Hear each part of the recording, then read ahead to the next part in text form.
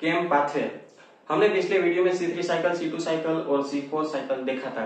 इन सभी साइकिलों का मकसद है वो ग्लूकोज बनाना था और यहाँ पर ये जो केम पाथवे है, केम साइकिल है, उसका मकसद भी ग्लूकोज बनाना ही है। तो फिर इसे हमें अलग से समझना क्यों पड़ता है? क्योंकि ये जो केम पाथवे है, केम साइकिल है, वो स्पेसिफिक जो डेजर्ट प्लांट है, जो ड्राई कंडीशन में प्लांट ग्रो होते हैं, उसमें ही देखने को मिलती है। जनरली प्लांट में क्या होता है, स्टोमेटा है वो दिन में ओपन होता है और रात में क्लोज होता है। क्योंकि दिन में जब स्टोमेटा ओपन होता है तो कार्बन डाइऑक्साइड है वो स्टोमेटा के थ्रू अंदर आता है और फोटोसिंथेसिस की प्रोसेस होती है और ग्लूकोज बनता है। लेकिन यहाँ पर क्या होता है, दिन के समय स्टोमेटा है वो क्लोज होता है और रात के समय स्टोमेटा है वो ओपन होता है। तो ऐसा क्यों होता है? क्योंकि ट्रांसपीरेशन के थ्रू दिन में वाटर है वो स्टोमेटा के थ्रू लॉस होता है और यहाँ ये जो डेजर्ट प्लांट है, ड्राई कंडीशन में जो प्लांट ग्रो होते हैं, उसमें ऑलरेडी वाटर की कमी होती है और स्टोमेटा के थ्रू भी अगर ट्रांसपीरेशन की प्रोसेस के थ्रू अगर वाटर लॉस होगा तो प्लांट है वो इन्वायरमेंट में सर्वाइव नहीं कर पाएगा।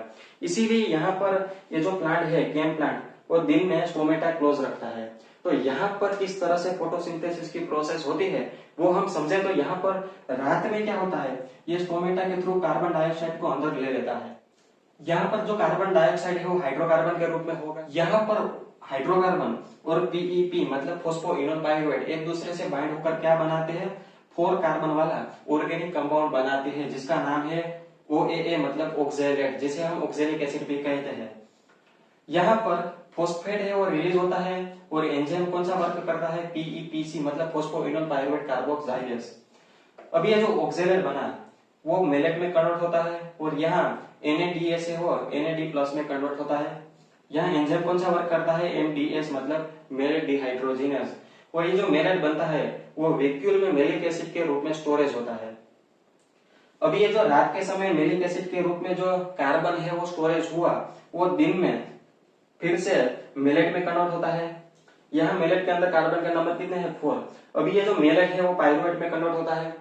पाइरुवेट के अंदर कार्बन के नंबर कितने हैं, 3। तो एक कार्बन कहाँ गया, कार्बन डाइऑक्साइड के रूप में रिलीज होता है और ये जो कार्बन डाइऑक्साइड है वो केल्विन साइकिल में चला जाता है और केल्विन साइकिल के थ्रू ग्लूकोज बनाते हैं और ये जो ग्लूकोज है वो स्टार्च के रूप में यहाँ पर क्लोरोप्लास्ट में स्टोरेज होगा। यहाँ पर जब मेलेट पाइरुवेट में कन्वर्ट होता है तब NAD+ NADS में कन्वर्ट होता है और यहाँ मेलिक एंजाइम है वो वर्क करता है। अब यहाँ ये जो पाइरुवेट है वो ट्रायोस फॉस्फेट में कन्वर्ट होता है। ट्रायोस फॉस्फेट जिसे हम ग्लिसरॉल्डिहाइड 3 फॉस्फेट भी कह सकते हैं। ये जो ग्लिसरॉल्डिहाइड 3 फॉस्फेट है वो फिर से ग्लूकोज में कन्वर्ट होता है और यहाँ ग्लूकोज है वो स्टार्च में स्टोरेज होता है, स्टार्च के रूप में स्टोरेज होता है। और ये जो रात के समय क्या होता है, ये जो स्टोरेज स्टार्च है वो ट्रायोस फॉस्फेट में कन्वर्ट होता है मतलब ग्लिसरॉल्डिहाइड 3 फॉस्फेट में कन्वर्ट होता है और ये जो ट्रायोस फॉस्फेट है वो आगे जाके फॉस्फोइनोल पाइरुवेट बनाते हैं जिससे कि यहाँ पर फॉस्फोइनोल पाइरुवेट है वो बैलेंस रहे। अभी ये जो पाइरुवेट में से ट्रायोस फॉस्फेट बना, उसमें से स्टार्च बना, वो ये सिंगल स्टेप रिएक्शन नहीं है, इसके अंदर कई रिएक्शन होती है। उसके बाद पाइरुवेट में से ट्रायोस फॉस्फेट बनता है और उसके बाद ग्लूकोज बनता है। तो सबसे पहले तो यहाँ ये जो पाइरुवेट है उसमें से क्या बनता है, फॉस्फोइनोल पाइरुवेट। फिर उसके बाद 2-फॉस्फोग्लिसरेट, 3-फॉस्फोग्लिसरेट, 1,3-बाइफॉस्फोग्लिसरेट, ग्लिसरॉल्डिहाइड 3 फॉस्फेट, उसके बाद फ्रुक्टोज 1,6-बाइफॉस्फेट, फ्रुक्टोज 6 फॉस्फेट, ग्लूकोज 6 फॉस्फेट और उसके बाद ग्लूकोज बनता है और ग्लूकोज यहाँ पर स्टार्च के रूप में स्टोरेज होगा। ग्लाइकोलाइसिस की प्रोसेस आपने देखी होगी तो उसमें ग्लूकोज में से पाइरुवेट बनता है और यहाँ पाइरुवेट में से ग्लूकोज बनता है। तो ये जो ग्लाइकोलाइसिस की प्रोसेस है उससे रिवर्स प्रोसेस यहाँ पर होती है।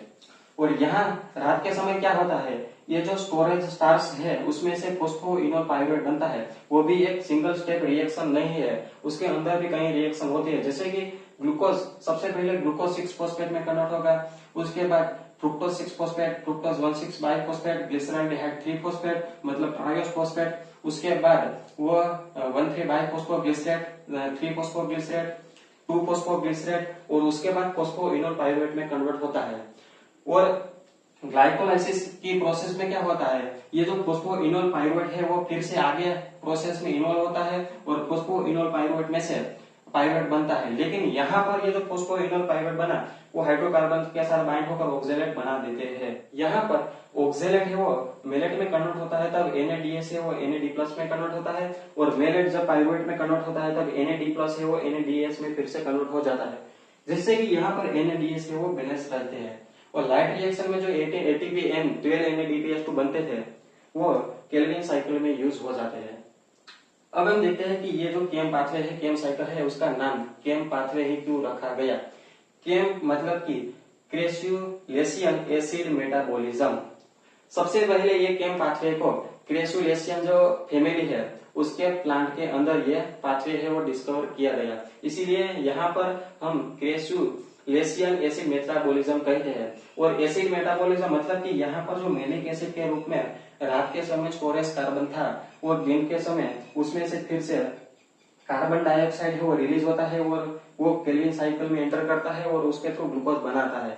मतलब कि यहाँ पर एसिड का मेटाबॉलिज्म होता है, इसीलिए यहाँ पर केम पाथवे है उसका नाम इस तरह से रखा गया है। केम मतलब क्रेसुलेशियन एसिड मेटाबॉलिज्म। तो ये थी केम पाथवे, केम साइकिल।